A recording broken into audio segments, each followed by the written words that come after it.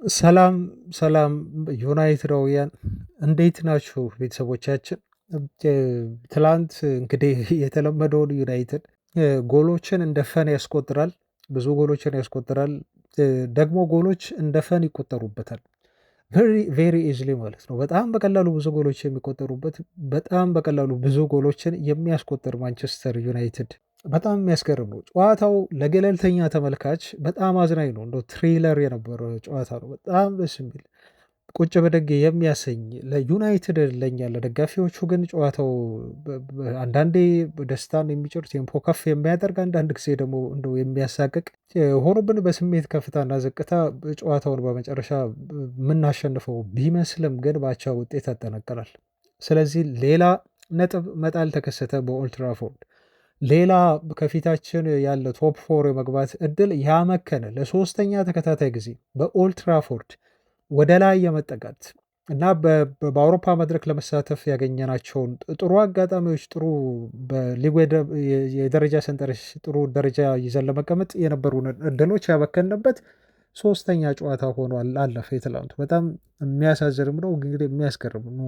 እንደ ደጋፊ እንደ ተመልካች ግን በጣም ጥሩ ጨዋታ ያየነበት ጨዋታ ነው። ዛሬ የዩናይትድን እንደው ችግሮች ተዘርዝረው አያልቁም፣ ግን ማውራት ስላለብን ያው ግዴታ መተንፈስም ስላለብን ስለ ጨዋታው እናወራለን እንጂ አንዷም ነጥብ እንደው አስደስታን አይደለም። ኦፍኮርስ ዩናይትድ እድለኛ ነው ትላንት ባለመሸነፉም እድለኛ ነው። እውነት ለመናገር በመጨረሻዎቹ ደቂቃዎች ሴላሚን ሲያበክናቸው ጎሎች በበር መዞች ተቆጥረው ቢሆን ኖሮ በጣም ንጹህ የማግባት እድሎች ነበሩ።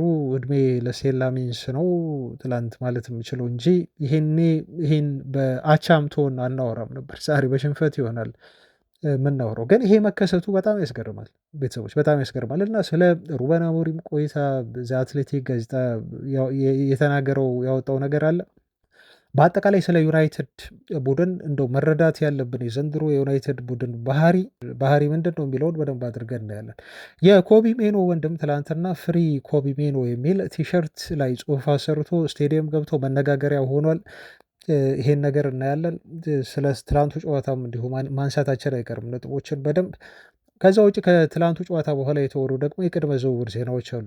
ለምሳሌ ሴሜኒዮን በተመለከተ፣ አማካዮችን በተመለከተ እንዲሁም የአንድ ዊንግ ባክ ተጫዋችን የተመለከተ ዜና አለ። ብቻ አብራችሁኝ ሆኑ ቤተሰቦች። ስለ ጨዋታው የተሰማችሁን ነገር በኮሜንት አስተያየት ስጡ። አያቸዋለሁ፣ እመለከታቸዋለሁ፣ ይህን ሀሳብ እነግራቸዋለሁ። ላይክ አድርጉ ቪዲዮን። መልካም ቆይታ። ትላንቱ የፕሪሚየር ሊጉ 16ኛ ሳምንት የመዝጊያ ጨዋታ በኦልትራፎርድ እንዲሁ ሲደረግ በጣም እንደው ትሬለር የበዛበት ጨዋታ ነበር። ጨዋታው 4-4 በሆነ ውጤት ሲጠናቀቅ በርካታ ጎሎችን ያየንበት፣ ረፍት የሌለው ጎል ማስቆጠር የነበረበት፣ አንዳንዶች እንደውም የፕሪሚየር ሊጉ እስካሁን ካየናቸው ምርጥ ጨዋታዎች መካከል አንዱ ነው ብለው እየገለጹት ይገኛሉ። ብዙ ጥሩ ጨዋታዎች ሊኖሩ ይችላሉ፣ ቁጭ በደግ ያሰኙን ከዩናይትድ ውጭ ማለት ነው። የትላንቱ የማንቸስተር ዩናይትድ እና የበርንመዝ ጨዋታ ግን ጎል የነበረው ነው። በደንብ ጎል የነበረው ጨዋታውም በጣም አሪፍ የሆነ በሁለቱም ቡድን ተመጣጣኝ የሆነ የማጥቃት እንቅስቃሴ የነበረበት ያለ እረፍት ቡድኖቹ በጋራ 8 ጎሎችን ያስቆጠሩበት ጨዋታ ነበር እና አንዳንዶች ምርጫቸው አድርገውታል። የትላንቱ ጨዋታ የሲዝኑ የፕሪሚየር ሊጉ እስካሁን በተደረጉ ጨዋታዎች በጣም ምርጥ ጨዋታ ነው ብለው ማለት ነው። ይሄ ለገለልተኛ ተመልካች ነው። አሁን ለዩናይትድ ደጋፊ ላልሆነ የትላንቱ ጨዋታ በጣም ትሬለር ነው። በጣም የሚያስደስት እንደው ለተመልካች ቁጭ በደግ የሚያሰኝ አዝናኝ የሆነ እንደው እንቅልፍ የማያስተኛ እና በደንብ አድርጋችሁ ጨርሳችሁ አጣጥማችሁ የምታዩት አይነት ጨዋታ ነው ማለት ነው። አሁን ችግሩ እኛ እንደ ደጋፊ ስለምናየው እንደ ዩናይትድ ደጋፊ ግን የትላንቱ ጨዋታ እንደው ደስታና ሰቀቀንን አንድ ላይ አጣምሮ የያዘ ጨዋታ ነው ብዬ መናገር ወዳለሁ። ለምን ይሄን እንዳልኩ አይ ቲንክ ስሜቱን ታውቃላችሁ፣ ስሜቴን ትረዳላችሁ ብዬ አስባለሁ። እና ዩናይትድ በቃ ታይፒካሊ ትላንት ያየ ነው የዚህ ሲዝኑን ማንቸስተር ዩናይትድ ነው ቤተሰቦች። በቃ ዩናይትድ አመቱን ሙሉ እንደዚህ ነው የሚሆነው። በዩናይትድ በኩል ኮንሲስታንሲ የምትለው ቃል በፍጹም የምትታሰብ አይደለችም በዚህ ሲዝን። ይሄን አስምሩበት። ማንቸስተር ዩናይትድ አንኮንሲስታንት የሆነ ቡድን ነው፣ ወጥ የሆነ አቋም የሌለው ዛሬ በጣም ጥሩ ሆኖ በጣም ጥሩ ቲም በሊጉ ከሜዳው ውጭ ሁሉ ሄዶ አዌ ላይ ያሸንፋል። የሆነ ጌም ደግሞ ሜዳው ላይ እንደው ኢዝሊ ያሸንፈዋል ብላችሁ የምትጠብቁትን ጨዋታ ውጤት ያጣበታል፣ ነጥብ ያጣበታል ማለት ነው። ከዚህ ማንቸስተር ዩናይትድ ጋር አዳፕት ማድረግ መቻል ይኖርብናል ቤተሰቦች። በቃ አዳፕት ማድረግ አለብን። አሁን ዊ ሃቭ ቱ አክሰፕት ይሄን ነገር 100% ይሄን ነገር አሁን እየተቀበልኩ መጥቻለሁ። በቃ የቡድኑ ትልቁ ድክመት አንኮንሲስተንሲ ነው። ዩናይትድ ኮንሲስተንሲ የለውም በዚህ ሲዝን። ያ ደግሞ ዋጋ ያስከፍላል። እያስከፈለንም ነው የሚገኘው በደንብ ከዚህ በኋላም ሲዝኑ እስኪጠናቀቅ ዋጋ እያስከፈለን የሚሄድ ይሆናል። ክለቡ መፍትሄ የማይወስድ ከሆነ ጥር የዝውውር መስኮት ላይ የሆነ ነገር የማያደርጉ ከሆነ እንደው የተለየ ድጋፍ ላቡሪም አድርገው ተጫዋቾችን የማያስፈርሙለት ከሆነ በተለይ በአንዳንድ ቦታዎች ላይ አማካይ ቦታ ላይ በተለይ ይህንን ማንቸስተር ዩናይትድ እያየን ሲዝኑን እናጠናቀቃለን በመጥፎ ውጤት። አንዳንዴ እየተደሰትን አንዳንዴ ደግሞ እየከፋን ማለት ነው። ልክ እንደ ትላንቱ ቡድኑ እንደዚህ በስሜታችን ከፍታ ዝቅታ እየተጫወተ ዘልቆ ሲዝኑን ያጠናቅቃል እንጂ ከዩናይትድ በጣም ጥሩ የሆነ የረባ ውጤት መጠበቅ በዚህ ሲዝን ቤተሰቦቼ በጣም ከባድ ነው የሚሆነው። በቃ ትላንት ቶታሊ በዩናይትድ ተስፋ እንዳላደርግ ነው እየሆንኩት። በተለይ አሁን ስለ ፉክክር ስናወራ ነው ቤተሰቦች ተስፋ ለማስቆረጥ እናንተንም አይደለም፣ ግን ይሄ ዩናይትድ ነው ወይ ቶፕ ፎር እንደው ለመግባት የሚፎካከረው ብዬ ወደኋላ መለስ ብዬ እንደው ራሴን ስጠይቅ መዋሸት ይሆናል። ለእናንተ ተስፋ መስጠት መዋሸት ነው የሚሆነው ቤተሰቦች።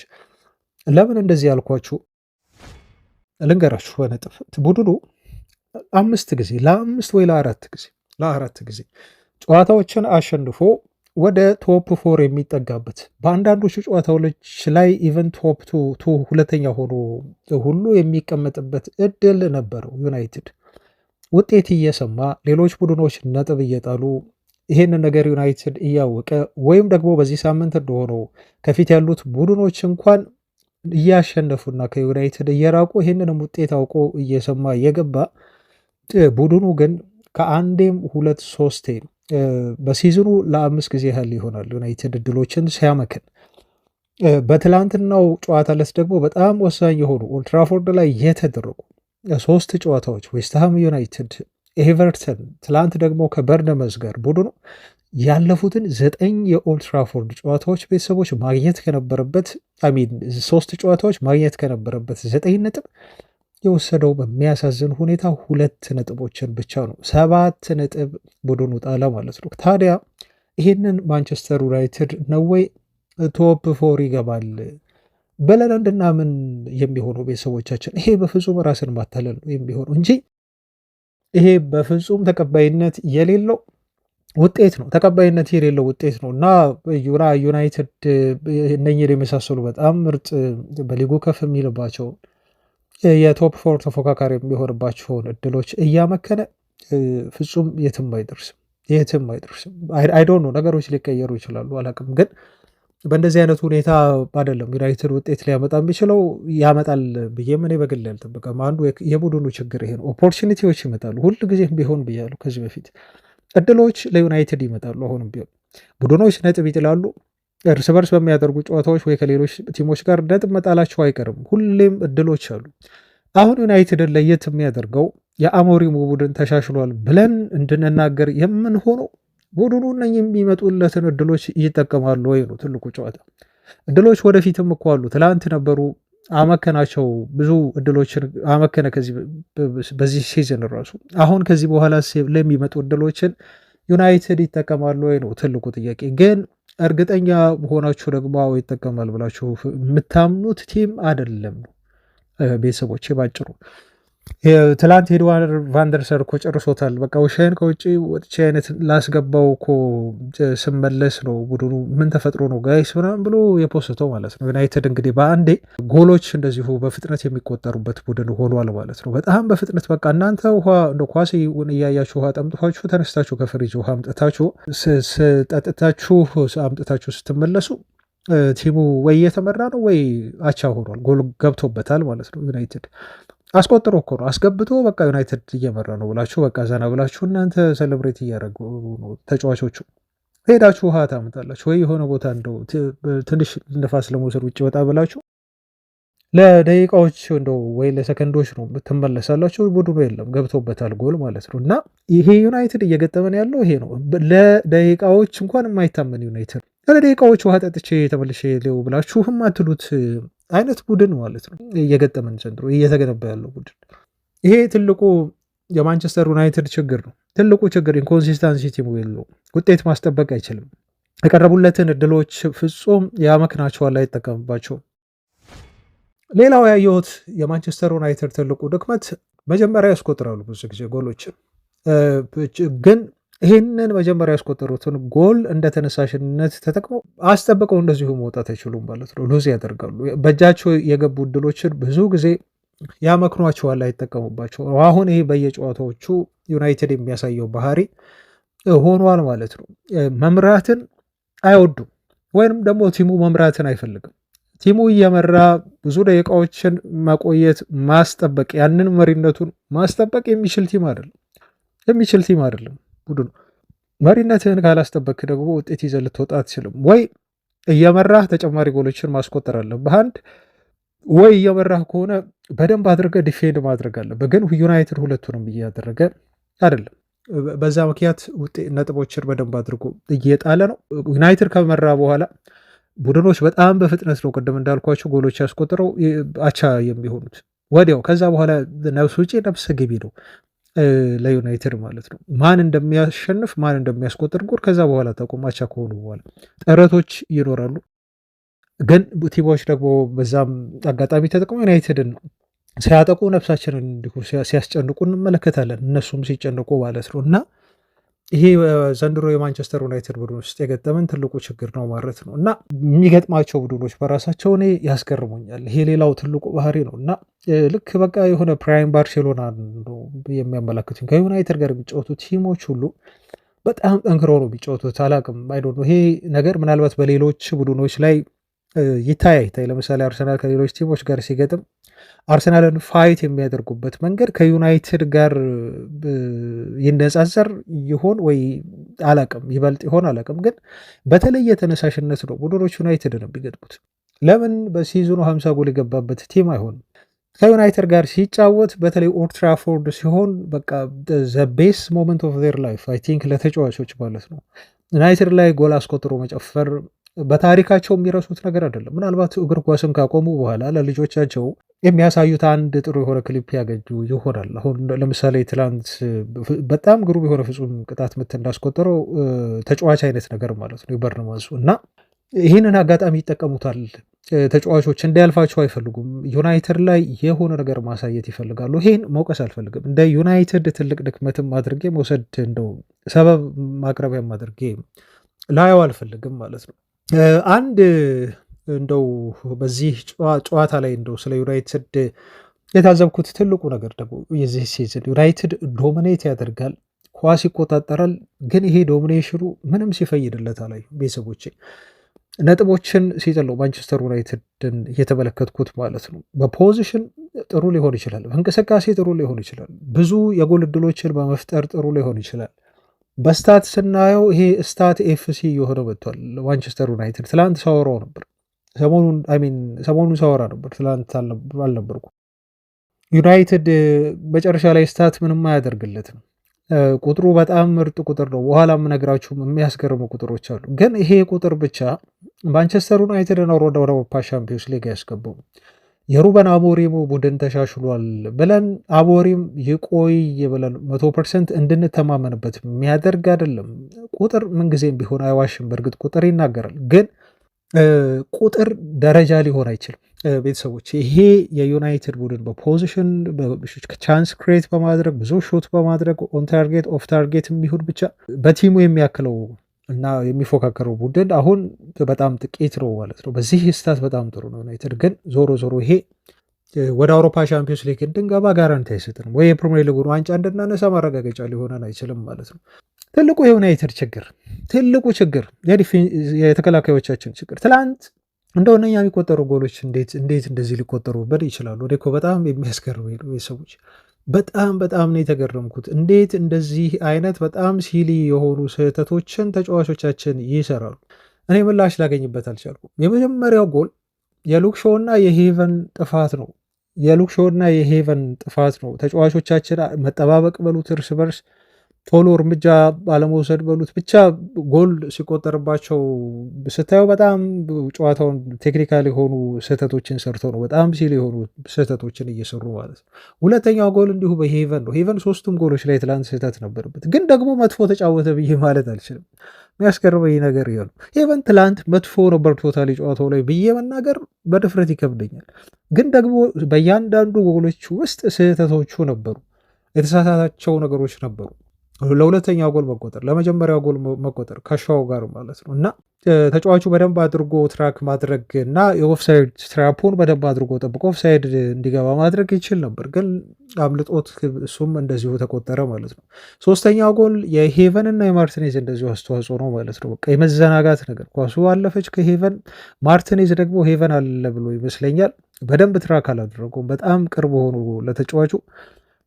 አይ ቲንክ ማርቲኔዝ አሁን ቋሚ ሆኖ መሰለፍ ያለበት ይመስለኛል። ሌጎቹ ትክክል አይደሉም። ሌላ ጊዜ ቢሆን ይህን ያን ኳስ ወይ በታክል በሆነ ነገር አድርጎ ያወርደዋል፣ ሊያስጥለው ይችላል፣ ግን ምንም ማድረግ አልቻለም ማለት ነው። ግን ተዘናግቶ እንደነበር አሯሯጡ በራሱ ያስታውቃቸዋል። ተጫዋቹ ያለው አጠገቡ ነው፣ ኳሱ ወደ ተጫዋቹ ይመጣል ይደርሰዋል ብሎ አልጠበቀም። ይሄ ነው ትልቁ ስህተቱ። አሁን መዘናጋቱ ማለት ነው። ማሰብ ነበረበት፣ ይመጣል በሚል አይምሮ አክቲቭ መሆን ነበረበት። አልሆነም ማለት ነው። ገባ እና ሶስቱም ጎሎች የተከላካዮቻችን ቅጣት ምቱን እንኳን ምንም ማድረግ አይቻልም። የተከላካዮቻችን ግልጽ የሆነ ስህተት፣ ትላንት ውጤቱን ያሳጡን ተከላካዮቻችን ናቸው እውነት ለመናገር እና እዚህ ጋር አንድ ነገር መናገር እፈልጋለሁ። ሩበን አሞሪም ወጣቶችን ለምን እንደው ታግሶ እንደማያስገባ ቋሚ ተሰላፊ እንደማያደርግ በደንብ በትላንቱ ጨዋታ ላይ ያሳይተውናል። ዮሮና ሄቨን ሁለት ልጆች ናቸው፣ ገና ብዙ መማር የሚችሉ ልጆች ናቸው። ወደፊት ምናልባት የዩናይትድ ቤስት ሴንተር ባክ ጥምረት ሊሆኑ ይችላሉ፣ ግን አደጋ አለው። አያቸው አሁን ማቲያስ ዴሊክት አለመኖር ወይ ደግሞ በጣም ልምድ ያለው ተከላካይ እዛ ጋር አለመኖር፣ በተለይ ማቲያስ ዴሊክት ቲሙን በጣም ጎድቶታል ብዬ መናገር ይችላሉ እና ተከላካዮቹ ትላንት ዩናይትድን ዋጋ በደንብ አድርገው አስከፍለዋል። 4 ነጥብ ሲዝኑ ልክ ሲጀምር ዩናይትድ የአማካይ ስፍራ ሳያስፈርም ሲቀር እና ያለ አማካይ እንደው ፊርማ ሲዝኑን እንደምንጀምር ስናረጋግጥ አንድ ነገር ተናግሬ ነበር። ዩናይትድ በዚህ ሲዝን ቤተሰቦች እንደው ብዙ ጎል የሚያስቆጥር ቡድን ይሆናል። ምክንያቱም ፊት መስመሩን ከወገብ በላይ አጠናክሯል ማንቸስተር ዩናይትድ። መሀል ላይ ደግሞ ያለው ክፍተት አለ። አሁንም እየጎዳው ያለ ነገር ያ ነው። ተከላካዩን ሞር እያጋለጠብን ያለው ነገር ያ ነው እኮ። በነገራችን ላይ ተከላካዮች አሁን ብዙ ጫናዎች እየደረሰባቸው ያለው ዩናይትድ 10 20 15 ጎል ወደፊት ሄዶ ሊሞክር ለማስቆጠር ጥረት ሊያደርግ ይችላል እኮ ቤተሰቦች። ግን ሌሎች ቡድኖች 1-2 ኳስ ሄደው ይዘው ሲሄዱ ግን በጣም ከዩናይትድ ይልቅ በጣም አስፈሪ ናቸው፣ ክሊኒካል ናቸው አሉ። ገባችሁ? በጣም ክፍተቶችን አይተው በአንዴ ነው ዩናይትድን አታክ የሚያደርጉት በካውንተር። ዩናይትድ አሁን ጥሩ የሆነ የአማካይ ክፍል እንዲሁ ስለሌለውትና ትንሽ የተከፋፈተ ስለሆነ የተከላካይ መስመሩ እንዲሁ ይጋለጣል ማለት ነው። ስለዚህ የዚህ ሲዝን ማንቸስተር ዩናይትድ የሚሆነው ብዙ የሚገባበት እና ብዙም ደግሞ የሚያገባ አይነት ቡድን ይሆናል ብዬ ስላችሁ ነበር። ከአምናው የሚለየን ነገር ዩናይትድ ብዙ ይገባበታል አምናም፣ ግን ደግሞ ትንሽ ነው የሚያስቆጥረው። አያችሁ ዘንድሮ ዩናይትድ ግን ለየት የሚያደርገው ብዙ ጎል የሚያስቆጥር ዩናይትድ፣ ብዙ ጎል ደግሞ ምንም የሚሆኑበት የሚቆጠርበት ማንቸስተር ዩናይትድ ሆነ ማለት ነው። 0-0 በቃ ምንም ለውጤት የማይሆን አይነት ቡድን እንደው አቻ ለመውጣት ካልሆነ በስተቀር ለውጤት እንዲሁ 3 ነጥብ ለመያዝ በደንብ በሰፊ የጎል ልዩነት ለማሸነፍ የማይሆን አይነት ማንቸስተር ዩናይትድ ነው እየተመለከትን ያለ ነው ማለት ነው። ይሄ ነገር ቲሙን በጣም እየጎዳው ነው። ይሄም የክለቡ አመራሮች ትልቁ ስህተት ነው። ክለቡን ዋጋ እያስከፈለው የሚገኘው አማካዩን አለማጠናከራቸው፣ በአጥቂ መስመሩ ፈን እያደረገ እንደሆኑ ጎሎች በቃ ልክ እንደ ፈን በጣም እንደ ይዚ እንደው ምንድነው ይሄ ፐብ ጨዋታዎች ነው እየተቆጠሩ ያሉት ጎሎች። ዩናይትድ ጎል በደንብ ያስቆጥራል፣ እያስጨበጨበን ነው፣ ግን እርግጠኛ አይደለንም እንደሚያሸንፍ። ይሄን ያህል ጎል እያስቆጠረ እንኳን እርግጠኛ አይደለንም። እንደው ስናጨበጭብ ሁሉ ተሳቀን እኮ ቤተሰቦቻችን። አሁን ትላንት ማቲያስ ኩኛ ያችን ጎል ካስቆጠረ በኋላ ዩናይትድ እንደው ከተመሪነት ተነስቶ በብሩኖ ፈርናንዴዝ ቅጣት ምት ግሩም የሆነች ቅጣት ምት ካስቆጠረ በኋላ እና ወዲያው ደግሞ ኩኛ ካስቆጠረ በኋላ እንደው እርግጠኛ ነበራችሁ የቤተሰቦቼ? እንደው ይሄን እስቲ ልጠይቃችሁ። እኔ የተሰማኝ ስሜት ስለሆነ ነው በወቅቱ ዩናይትድ በቃ ጨዋታውን አሸንፎታል ብላችሁ እንደው ተደላድላችሁ በጣም በጥሩ ኮምፎርት በሆነ አእምሮ እንትን ውስጥ ነበሩ ስትከታተሉ የነበራችሁት? እስቲ ሀሳባችሁን አካፍሉ። እኔ ሰግቼ ነበር። ምክንያቱም ይህንን ውጤት ቦትን ሊያደርጉት እንደሚችሉ ካሳዩን ባህሪ አንጻር እንደው ጎል ተቆጥሮባቸው ይህን 3 ነጥብ እንዲሁ ልናጣው እንደምንችል ውስጤ ፍርሃት ነበር እና እንደው ደስታዬ በወቅቱ ጥሩ ቢሆንም ብደሰትም በጎሏ ምክንያት እና በተቆጠረችበት መንገድ እንዲሁም ዩናይትድ 2 ጎሎችን አፈጣጥኖ አከታትሎ በማስቆጠሩ ከተመሪነት ወደ መሪነት በማምጣቱ ደስተኛ በሆንም ግን ጥርጣሬ ነበረኝ። ጠብቀውት ይህን ውጤት እንደው በዚሁ ይጨርሱት ይሆኑ የሚለው ማለት ነው። ግን እንደፈራሁት ደግሞ ጎል ተቆጠረና ይኸው በዛ መልኩ ነጥብ ጣለን ማለት ነው። ስለዚህ ይኸውላችሁ ዩናይትድ 43 የፕሪሚየር ሊግ ጨዋታ አድርጎ በዚህ ሲዝን 6 ክሊንሺት ብቻ ነው ያደረገው። 6 ክሊንሺት። ይህን ታምናላችሁ ቤተሰቦቻችን? ስለዚህ በ37 ጨዋታዎች በሩበን አሞሪም የፕሪሚየር ሊግ መሪነት ዩናይትድ ጎሎች ተቆጥሮበታል። በጣም ነው የሚቆጠርበት ዩናይትድ በጣም ጎል ይቆጠርበት። 6 ክሊንሺት በጣም አስቀያሚ የሆነ ሪከርድ ነው። ይሄ የሚያስቀይም ሪከርድ። ሩበን አሞሪም ዩናይትድን ስራ ከያዘ በኋላ 3 ቡድኖች ናቸው ከዩናይትድ በላይ ጎል የተቆጠረባቸው። እነሱም ወይ ከሊጉ ወርደዋል፣ አሁን ሊጉ ውስጥ ያሉ ቢሆኑ ከሆነ እነ ወልቭስ ነው ማለት ነው። እንግዲህ አያችሁ ዩናይትድ ይኸው በጣም እኮ የሚያስገርም ኮስታት ነው። ዩናይትድ በሩበን አሞሪም ስር ከተያዘ በኋላ ብዙ ጎል ከተቆጠረባቸው ክለቦች መካከል ማንቸስተር ዩናይትድ 4ተኛ ነው ማለት ነው። 3 ቡድኖች ናቸው ከዩናይትድ በላይ ጎል የተቆጠረባቸው እያልኳቸው ነው ምን ያህል ደካማ ዩናይትድ እንደሆነ። የአማካይ ክፍሉ መዳከም ተከላካዮችን እያጋለጠ እንዲሁም የተከላካዮቻችን ድክመት ጎሎች እንዲቆጠሩብን እያደረገ እንዲሁም ከዚህ በፊት የነበሩ ግብ ጠባቂዎቻችን ድክመት ጎል እንዲቆጠር እየሆነ ዩናይትድ ብዙ ጎል ተቆጥሮበታል። ግን ደግሞ በዚህ ሲዝን ደግሞ ሌላ ስታት ሊጨምርላችሁ በፕሪሚየር ሊጉ ካሉ ቲሞች ውስጥ ማንቸስተር ዩናይትድ ብዙ ጎል ካስቆጠሩ ቡድኖች ውስጥ 2ተኛው ነው በሊጉ። ይሄንን ስታምናላችሁ ቤተሰቦች? ሲቲ ብቻ ነው ከዩናይትድ በላይ ጎሎችን ያስቆጠረው፣ 38 ጎል አስቆጥሯል ማንቸስተር ሲቲ። ማንቸስተር ዩናይትድ ያስቆጠረው 30 ጎል ነው በፕሪሚየር ሊጉ ማለት ነው። እሺ ይሄ ምን ተብሎ ነው የሚገለጸው? ጎሎችን እንደፈን ነው ስኮር የሚያደርጉት፣ ጎሎች ደግሞ በላያችን ላይ እንደፈን ይቆጠሩበታል ማለት ነው። ቬሪ ኢዝሊ በጣም በቀላሉ ሁኔታ ማለት ነው። ይሄን ዩናይትድ ነው የገጠመን ዘንድሮ። ይሄ ፈተና ነው ዩናይትድ እየተጋፈተ የሚገኘው። ሩበን አሞሪም የገጠመው ትልቁ ፈተና ይሄ ነው። የዩናይትድ ትልቁ መገለጫ ባህሪ ይሄ ነው ማለት ነው። አግባብኝ አገባባሃለሁ አይነት ነገር ማለት ነው። ትልቁ የማንቸስተር ዩናይትድ አድቫንቴጅ እኔ ቢጠቀምበታል ብዬ ሳስበው የነበረው የገመትኩት ነገር በዚህ ሲዝን አምና እና ከዚህ በፊት በነበሩ ጨዋታዎች ላይ በጣም የሚጠቀምበት የኦልድ ትራፎርድ ሆም አድቫንቴጅ አሁን ቀረ ማለት ነው። ይሄ ሌላው ፖይንት ነው፣ ትልቁ ማነሳበት ቲሙ ላይ ድክመት። ኦልድ ትራፎርድ አሁን ማንም ክለብ መቶ ጎል የሚያስቆጥርበት በተለይ በባለፉት 3 ጨዋታዎች ላይ ቡድኑ በደጋፊው ፊት ከሩበን አሞሪም እንዳለው ኦልድ ትራፎርድ ላይ ነው ማሸነፍ አለብን ብሎ እንዳለው፣ ግን ይህንን አድቫንቴጅ የማይጠቀም ቡድን ሆኗል። በቃ በሜዳ መጫወት ማለት ለዩናይትድ አሁን ተራ ነገር ነው። ምንም አድቫንቴጅ ለቡድኑ የለውም። ውጤት እያገኘበት አይደለም ማለት ነው። አስፈሪ ቲም አይደለም ዩናይትድ በኦልድ ትራፎርድ 45 ደቂቃ መዝለቅ አይችልም። 45 ደቂቃ ነው በጣም በከፍታ በፒክ ደረጃ መጫወት የሚችለው። ሞመንተሙን በዛ ከ45 ደቂቃ በላይ አስጠብቆ እንዲሁ መጫወት ጥሩ መንቀሳቀስ አይችልም። አንድ ጥሩ ሀፍ ያሳልፋል፣ በሌላኛው ሀፍ ላይ ደግሞ ቲሙ ይበላሻል ማለት ነው። ወይ ፈርስት ሀፍ ጥሩ ይሆናል፣ ሰከንድ ሀፍ ላይ ይበላሻል፣ ወይ ሰከንድ ሀፍ ላይ ጥሩ ይሆናል፣ ፈርስት ሀፍ ቲሙ እንዲሁ መጥፎ ይሆናል ማለት ነው። ይህም ሌላው ትልቁ ችግር ነው በማንቸስተር በኩል የተመለከትኩት። ከዚህ በኋላ አሁንም ማየውም ችግር አንድ ጉዳት ነው። እንደው ብዙ የተደጋጋሚ ጉዳት ባይኖርበትም ግን የማቲያስ ዴሊክት መጎዳት ቲሙን እንደጎዳው መታዘብ እችላለሁ ቤተሰቦቼ። አሁን ቀጣይ የሚጎዳው ደግሞ ቲሙ የአፍሪካ ዋንጫ ነው። ትልቅ ጉዳት ማለት ነው። አላቅም አሞሪም እንዴት አድርጎ እንደሚፈታው። በአፍኮን ምክንያት 2 ተጫዋቾቹን አሁን ማጣቱ ገልጾ ሆኗል።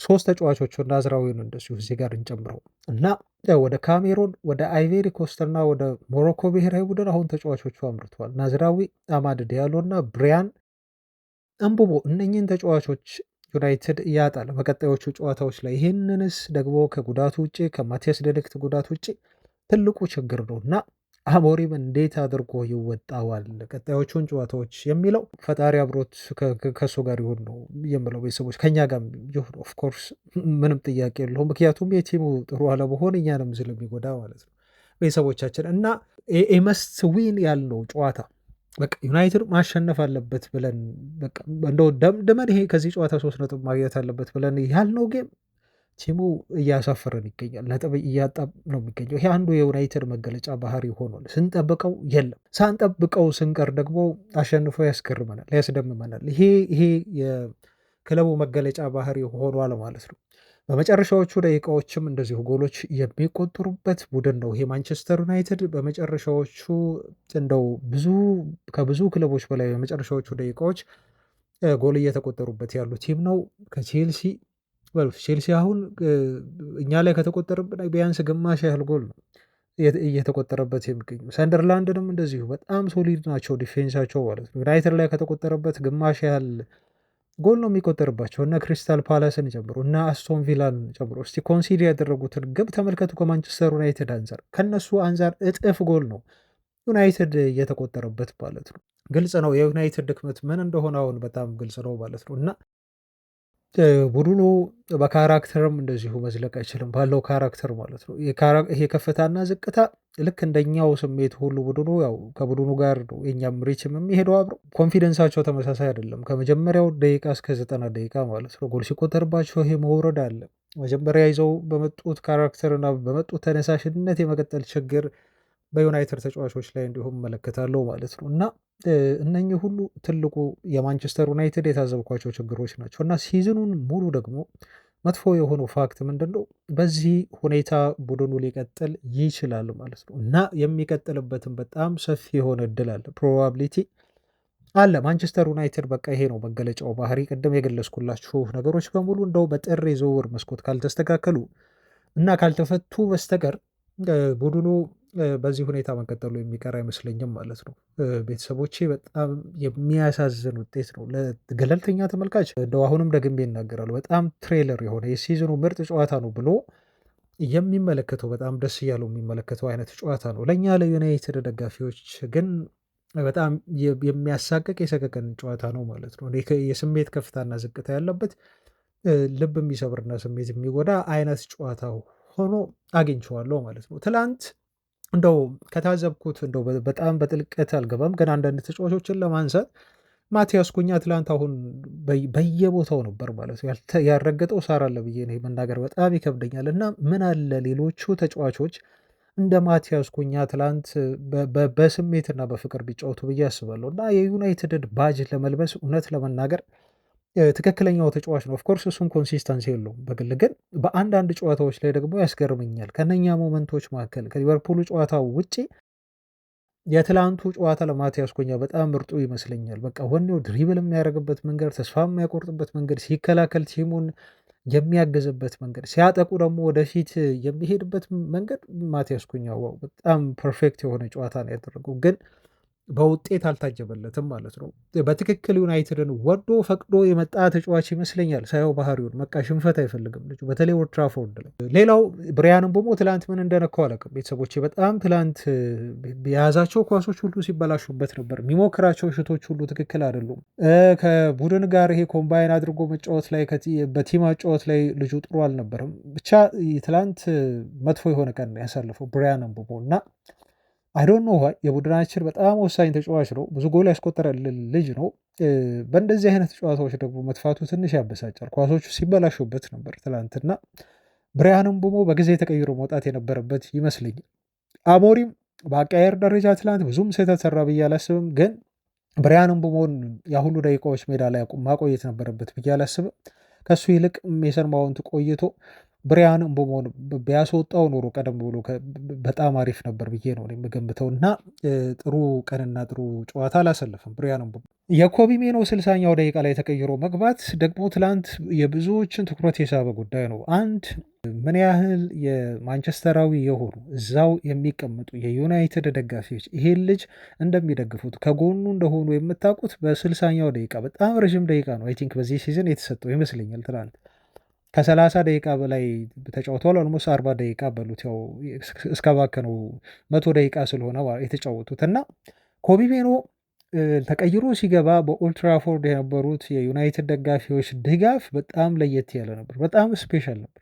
በጣም እውነት ለመናገር ይሄ ያለው ውስጣቸው ያለውን ነገር ስሜታቸውን የገለጹት ማለት ነው። በቃ ልጁ መቀመጥ የለበትም እያሉ ነው የሚገኙት፣ መልእክት እያስተላለፉ ነው ለሩበን አሞሪም እና አሞሪም ትላንት እንደው በጊዜ ልጁን መቀየሩ ጥሩ ውሳኔ ነው ብዬ ነው እኔ በግሌ የማሳልፈው። ከመወስደው ካሳሜሮ ቀይ ፈርቶ ይመስለኛል ቢጫ ስለነበረበት። መጥፎ ፓርት ደግሞ ካሳሜሮ ቀጣይ በአስቶን ቪላ ጨዋታ ላይ አይኖርም። በነገራችሁ ላይ ቤተሰቦቻችን በዚሁ አጋጣሚ ልንገራችሁ፣ አይ ቲንክ ቢጫ በዝቶበታል መሰለኝ ተጠራቀመ እና ዩናይትድ እሱ ከገባ በኋላ በጣም ጥሩ ይመስል ነበር ኳስ ኮንትሮል በማድረግ እንዲሁም ተጫዋቹ ትላንት በጣም ጥሩ ሻርፕ ሆኖ የገባ ነው የሚመስለኝ። ትንሽ ቲሙን ቀይሮታል።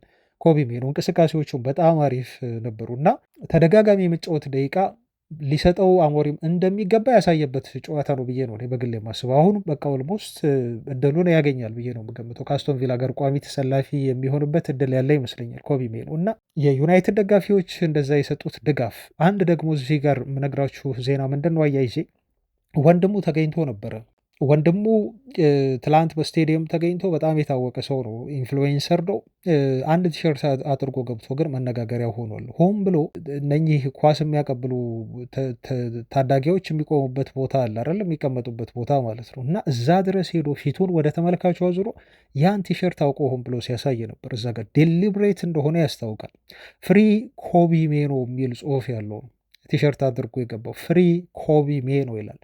እና ወንድሙ ይሄንን እንደው ሳያማክረው ከሱ ጋር ሳይመካከሩ ይሄን እንደሚያደርግ እንደው ኮቢ ሜኖ ያደርገዋል የሚል ግምት የለኝም። ግን የሚዲያ መነጋገሪያ መሆን ወይ ትኩረትም ፈልጎ ሊሆን ይችላል ብቻ አላውቅም። ግን ኮቢ ሜኖን በቃ ፍሪ ያድርጉት በሚል ፍሪ ኮቢ ሜኖ የሚል ቲሸርት አድርጎ ገብቶ በትላንትናው የኦልድ ትራፎርድ ጨዋታ ላይ ታይተዋል ማለት ነው። እና ጋዜጦች አሁን ያን ነገር እየተቀባበሉት ነው የሚገኘው። መነጋገሪያ ርዕስ ሆኗል። የፈለገውም ይሄን ይመስለኛል እሱ።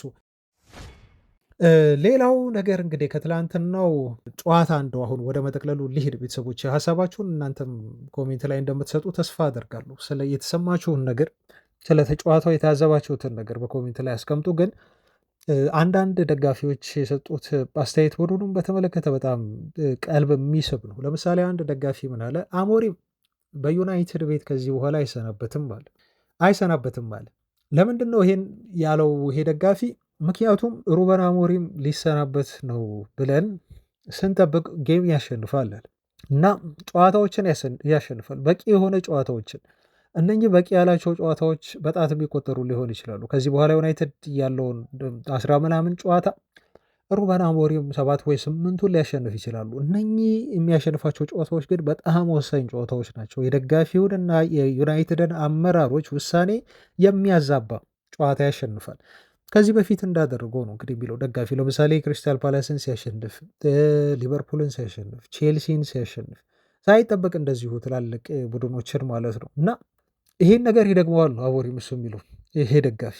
ነገር ግን ደግሞ በርከት ያሉ ጨዋታዎችን ቡድኑ እንዲሁ ይሸነፋል ነው እሱ የሚለው። እነኚህ ጨዋታዎች ከተሸነፈ በኋላ ሩበን አሞሪም የሚያሸንፋቸው በየመሃሉ ጨዋታዎች አሉ። አሁን ከኢንኮንሲስተንሲ ጋር ስናወራ ማለት ነው በየመሃሉ የሚሸነፋቸው ጨዋታዎች አሉ። ስለዚህ ማንቸስተር ዩናይትድ አሰልጣኙን እስከ ሲዝኑ መጨረሻ ድረስ ይታገሰዋል። ምክንያቱም በየመሃሉ የሚመጡ ድሎች አመራሩን አሰልጣኙን እንዲታገሰው ያደርጋል። ግን ክለቡን ደግሞ ይገለዋል። በሲዝኑ መጨረሻ ዩናይትድ ጥሩ ደረጃ ይዞ አያጠናቅቅም። ሩበን አሞሪም ግን እስከ ሲዝኑ መጨረሻ ድረስ ከዩናይትድ ጋር ይቆያል በሚል ይሄን ሀሳብ አንስቷል። በጣም ያስገረመኝ ሀሳብ ስለሆነ ነው ይሄ ደጋፊ ያነሳውን በዚህ መልኩ የምገልጽላችሁ ማለት ነው። እና የሁላችሁም የደጋፊዎች ስሜት ይመስለኛል። አንድ እንደው ከአሞሪም ቆይታ ጋር በተያዘ ካነሳን ዴቪድ ኦርንስተን ከስካይ ስፖርት ጋር እንደዚሁ ተናግሮ ነበር። አሰልጣኙን በተመለከተ ማለት ነው። አሰልጣኙ ይቆያል ወይስ ክለቡ ሊያሰናብተው ይችላል የሚለው ላይ ክለቡ አሁንም ቢሆን ከሩበን አሞሪም ሙሉ ለሙሉ ጎን ነው ብሎ ነው እሱ የተናገረው ማለት ነው። ዴቪድ ኦርንስተን እንግዲህ የምናምነው የዛ አትሌቲክ ጋዜጠኛ ነው እና አሁንም ቢሆን አሰልጣኙ ነገሮችን እንዲቀይር ውጤታማ እንዲሆን ሙሉ ድጋፍ ይሰጡታል። ስለዚህ ሩበን አሞሪም ኤኒታይም ሶን ከማንቸስተር ዩናይትድ የሚሰናበትበት እድል በጣም ጠባብ ነው። ስለዚህ ቀጣዮቹን ጨዋታዎች ከዩናይትድ ጋር በደንብ አድርጎ ይመራል ማለት ነው። ይመራል አሰልጣኙ። ቀጣይ ጨዋታዎች ለዩናይትድ ከባድ ናቸው። ይበልጥ ለዩናይትድ ትልቅ ፈተና የሚሰጡ ጨዋታዎች ናቸው። በቃ ቀጣይ የምናደርጋቸው ጨዋታዎችን በተከታታይ ቡድኑ ውጤት ሊያጣባቸው ይችላሉ፣ ወይ ደግሞ እንደተለመደው እንደው ሰርፕራይዝ ማድረግ የሚሆን ቡድናችን ሊያሸንፋቸው ይችላል። ከአስቶን ቪላ ጋር አዌ እንጫወታለን። ቀጣይ ጨዋታችን ያ ነው። እንደው እንዴት አድርገው ይወጡታል ያለ አማድና ብሪያን ምቡሞ? ዩናይትድ እንዴት አድርጎ ለዚህ ጨዋታ አፕሮች አድርጎ አስቶን ቪላን ሊያሸንፍ ይችላል የሚለው እንግዲህ ተአምር ነው የሚሆነው። እንግዲህ ተአምራቱን አብረን የምናይ ይሆናል። ቤተሰቦች ግን በጣም ከባድ ነው። ምናልባት ለዩናይትድ የሲዝኑ በጣም ከባድ ጨዋታ፣ ግን ደግሞ ለዚህ ዩናይትድ አሁን በዚህ ሲዝን እያሳዩን ካሉት ባህሪ አንጻር ደግሞ አስቶን ቪላን አያሸንፉም ብዬ መናገር ይከብደኛል። ቤተሰቦች በጣም ይከብደኛል። ምክንያቱም ማልጠበቃቸውን ጨዋታዎች ሲያሸንፉ አይቻሉ። በዚህ ሲዝን ሲያሸንፉ አይቻሉ። አስቶን ቪላን የማያሸንፉበት ምክንያትም አሁን አይታየኝም። ግን ደግሞ የከፋም ሽንፈት ሊደርስበት ማንቸስተር ዩናይትድ ይችላል። ይሄ ፋክት ነው። በቃ እዚህ ጋር ማስመር እፈልጋለሁ። ከዛ ኒውካስልን ነው የምንገጥመው። ኒውካስልን በሜዳችን እንገጥማለን እና ኦልድ ትራፎርድ ደግሞ አሁን እንደምታዩት ነው እንግዲህ ቅዠት መድረክ እየሆነ ነው ለኛ ፋን የምናደርግበት ውጤት የምንሰበስብበት መድረክ መሆን ሲገባው ማለት ነው። እና ቀጣዮቹ ሁለት ጨዋታዎችም በጣም ከባድ ናቸው ለዩናይትድ፣ ምንም ጥያቄ የለውም። ከዚህ በፊት የጣልናቸውን ዝርክርክ ያልንባቸውን ነጥቦች አሁን በእነኚህ ሁለት ቡድኖች በእርግጠኝነት እናገኛለን ብሎ መናገር የማያስደፍሩ ከባድ ፈተና የምንፈተንባቸው ጌሞች ናቸው እነዚህ ጨዋታዎች ቀጣይ የምናደርጋቸው ማለት ነው። ለማንኛውም በትላንቱ ጨዋታ ዙሪያ ያለኝ ሀሳብ ይሄን ይመስላል። እንደው አንዳንድ ዜና አለኝ መሰለኝ ላይ ከዝውውር ጋር የተያዙ እነሱን ነገሮች ስላድረሳችሁ እና ዜናችንን እናበቃለን። እናንተ ስለ ጨዋታው የተሰማችሁን ነገር በኮሜንት አስፍሮ መለከተዋለሁ አየዋለሁ። ቤተሰቦች አሁንም አብራችሁኝ ቆዩ። አጠር ያሉ መረጃዎች ናቸው ቤተሰቦች፣ የቅድመ ዝውውር ዜናዎችን የተመለከቱ ናቸው። እነሱን ሳደርሳችሁ አሁን የዩናይትድ አመራሮች እንደው ቡድኑን ለማጠናከር ለሩበን አሞሪም በተለይ ዝውውር መስኮት ይረዱታል እና ድጋፍ ያደርጉለታል የሚለው ዜና የኢኤስፒኤን ነው ትላንት የወጣ መረጃ ነው። ሁለት ቦታዎች ላይ ነው እንግዲህ አሰልጣኙን ተጫዋች እንዲያስፈርም ያደርጉታል ብሎ የኢኤስፒኤን ጋዜጣ ያወጣው። አንዱ ሴሜኒዮን ጠቅሷል። ሴሜኒዮ ላይ እስካሁን ድረስ ጠንከር ያለ እንደው ከዩናይትድ ይሄን ልጅ ማስፈረም አለበት ማንቸስተር ዩናይትድ የሚል ጠንከር ያለ ፍላጎትና ጠንከር ያለ ንግግር ሂደት ከዚህ በፊት ቤን ጃኮብስ እንደገለጸው የለም። በማንቸስተር ዩናይትድ በኩል ሌሎች ክለቦች ከዩናይትድ ቀደም ብለው ይህን ተጫዋች ለማስፈረም ሄደዋል ብሎ ተናግሮ ነበር እና አሁን ግን ክለቡ የወሰነው በቃ ፑሽ ማድረግ እንዳለበት ሴሜኒዮን ለማስፈረም ክለቡ እንዳወሰን እና ይህን ተጫዋች ወደ ኦልድ ትራፎርድ ማምጣት እንዳለበት ተጫዋቹ ለዩናይትድ በጣም ጠቃሚ ተጫዋች ሊሆን እንደሚችል ከህሳቤ በማስገባት ያው ልጁ የተለያየ ቦታ እንደሚጫወት የታወቀ ነው እና ዊንግ ባክም ሆኖ መጫወት ስለሚችል በሌፍት ዊንግ ባክነት ሚና ክለቡ ወስኗል እሱን ሊያመጣው ተብሎ ተነግሯል እና ይሄ አንዱ ዜና ነው ማለት ነው። እንግዲህ ሴሜኒዮን ለማምጣት ወስነዋል ማለት ነው እንደ ኢኤስፒኤን ጋዜጣ ዘገባ ከሆነ። ትላንት ግን ተጫዋቹ እንደው ለዩናይትድ የመጫወት ፍቅር ያለው ይመስላል። እዚህ ጋር እውነት ለመናገር ቤተሰቦቼ እንደው ዜናው እንዳለ ሆኖ ተጫዋቹ ወደ ማንቸስተር ዩናይትድ እንዳይመጣ የሚያደርገው ነገር አለ ብዬ ባላስብም፣ ግን ትላንት ከአማድ አሚን እንትና ጋር ከዳሎ ጋር ያሳየው ግብግብ ተጫዋቹ አይ ዶንት ቲንክ ሶ ሜቢ ያ ክስተት ያ ሞመንት ወደ ዩናይትድ ለመምጣት ፍላጎት የለውም የማያስብል ሊሆን ይችላል። ሊፈልግ ይችላል። በዝውውር ምንም ነገር ሊከሰት ይችላል። ግን አይ ዶንት ቲንክ ሶ ብቻ ቤተሰቦች የሚፈጠረውን ነገር አብረን የምናይ ይሆናል እና ሴሜኒዮ ብዙ ፈላጊ ክለቦች አሉት እንደምታውቁት። የውል ማፍረሻ ሂሳቡን ለመክፈል ዩናይትድ ፈቃደኛ ስለሆነ ብቻ ያገኘዋል ብዬ ነው ያልጠብቅም እና ፍንጮችም አላየሁም ከዚህ በፊት ሜቢ ክለቡ ሊፈልገው ይችላል።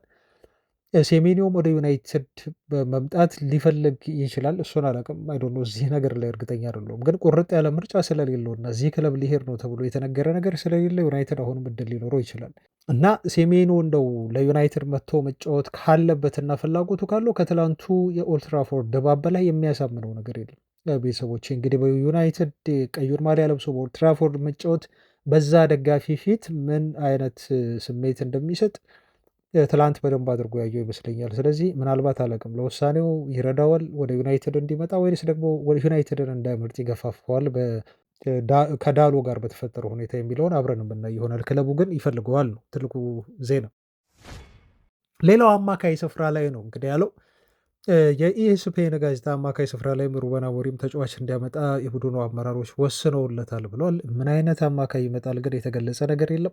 በጊዜያዊነት ተብለው የተያዙ ብዙ አማካዮች እንዳሉ ታውቃላችሁ። እነ ኮነር ጋራገር፣ ታይለር አዳምስን የመሳሰሉ እንደዚሁም አለ። አሁን ለሰንደርላንድ የሚጫወተው የአማካይ ስፍራ ተጫዋች አለ። በጣም ጥሩ ተጫዋች ነው። እሱም ልጅ አለ። ሌሎችም አሉ እንዲሁ ስቶፕ ጋፕ የሚሆኑ ለጊዜው እንደው ለዩናይትድ መፍትሄ ሊሆኑ የሚችሉ የአማካይ ስፍራ ተጫዋቾች ማለት ነው። አሁን ጉዳት ላይ ነው እንጂ ወልቭሱም እንዲሁ ጆ ጎሜዝ አለ። ሌሎችም እንደው እድሉ የሚኖር ከሆነ ዩናይትድ ኦፖርቹኒቲውን ይጠቀማል የተባለው በተለይ በቁጥር 1 በቁጥር 2ነት የያዛቸው የአማካይ ስፍራ ተጫዋቾች እንደነ አዳም ዋርተን አንደርሰን ኢሊየት አንደርሰንን የመሳሰሉ ባሌባንም ጨምሮ ማርኬቱ ላይ የሚቀርቡለት ከሆነና የሚሸጡ ከሆነ ዩናይትድ እነኝህን ተጫዋቾች የማስፈረሙን እድል ሊመለከተው እንደሚችል ነው ማለት ነው ስፔን እየዘገበው። ይሄ ነው እንግዲህ በዩናይትድ ዙሪያ ከትላንቱ ጨዋታ በኋላ ከዝውውር ጋር በተያያዘ የወጣው መረጃ። የሩቨን ኔቬስም ጉዳይ የሚናቅ አይደለም ተብሎ ተገልጿል። ይህ ፖርቱጋላዊ አማካይ ስፍራ ተጫዋች በሩበን አሞሪም በጣም ይወደዳል እና ወደ ማንቸስተር ዩናይትድ እንዲመጣ የወልቭስ የአማካይ ስፍራ ተጫዋች ነው፣ ታውቁታላችሁ ከዚህ በፊት አሁን የሚጫወተው ወደ ሳውዲ ሄዶ በሳውዲ ሊግ ነው እና ፍሪ ኤጀንት ሆኖ ቀጣይ ከዚህ ሲዝን መጠናቀቅ በኋላ ፍሪ ኤጀንት ሆኖ ወደ ዩናይትድ የሚመጣበት እድል በጣም ሰፊ ነው እየተባለ ነው። ግን ዩናይትዶች አሁን የጥር የዝውውር መስኮትም ላይ ሊያመጡት ይሞክራሉ ብሎናል። እንደው ፊቻጄስን እንመልን ከተባለ በሌሎች ጋዜጦችም መረጃው ዜናው ስለወጣ ነው ያደረስኳችሁ። የማንቸስተር ሲቲ፣ ማንቸስተር ዩናይትድ እና የቼልሲ የዝውውር ኢላማ ስለሆነው ስለ 29 ዓመቱ ዳንኤል ሙኖዝ ስለተባለው ተጫዋችም እንዲሁ ዜና ወጥቷል። ኮት ኦፍ ሳይር ነው ይህን መረጃ ይዞ ወጣው። የዊንግ ባክ ተጫዋች ነው፣ ኮሎምቢያዊ ነው። እነኚህ 3 ክለቦች የተጫዋቹን ሁኔታ በጣም በቅርበት እየተከታተሉት ነው ተብሎ ተገልጿል። ዩናይትዶች ዊንግ ባክ ተጫዋች ለማስፈረም ወደ ገበያው እንደሚመለከቱ መነገሩም ይታወሳል። ከዚህ በፊት ተጫዋቹ ቃለ መጠይቅ ቀርቦለት እንደዚህ ሲል ተናግሮ ነበረ። በመጀመሪያ ብዙ ፈላጊ ክለቦች እንዳሉ በጋዜጦች ይወራል እና ስለኔ ብዙ ነገሮችን እሰማለሁ በሩበር ደረጃ ብሎ ነው የተናገረው። እኔን ከጠየቃችሁኝ ግን እንደው ለማን መጫወት ትፈልጋለህ ብላችሁ ካላችሁኝ አለ ሲመልስ እንደነ ባርሴሎና፣ ፒኤስጂ፣ ሪያል ማድሪድ ወይ ማንቸስተር ዩናይትድ የመሳሰሉ ክለቦች ጥያቄ የሚያቀርቡልህ ከሆነ ይህንን ጥያቄ ውድቅ ማድረግ አትችልም፣ ይከብዳል፣ ኮንሲደር የምታደርገው ጥያቄ ነው ሲል ነው የተናገረው። እና ይመስለኛል አሁን እየሰራሁ ያለሁት ጠንክሬ ወደ እነኚህ ክለቦች ተዘውሬ ለመጫወት ነው።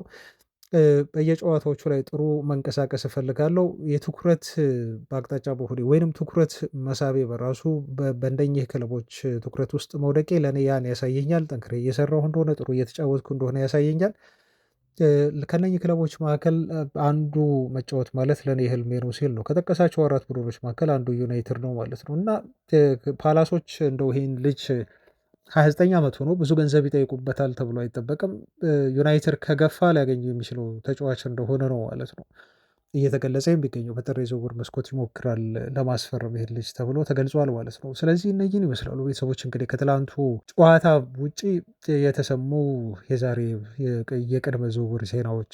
አብራችሁኝ ስለነበራችሁ ከልብ አመሰግናለሁ ቤተሰቦች። በሌላ ጊዜ በሌሎች ዜናዎች እንገናኛለን። ሰላም ሁኑ ባይ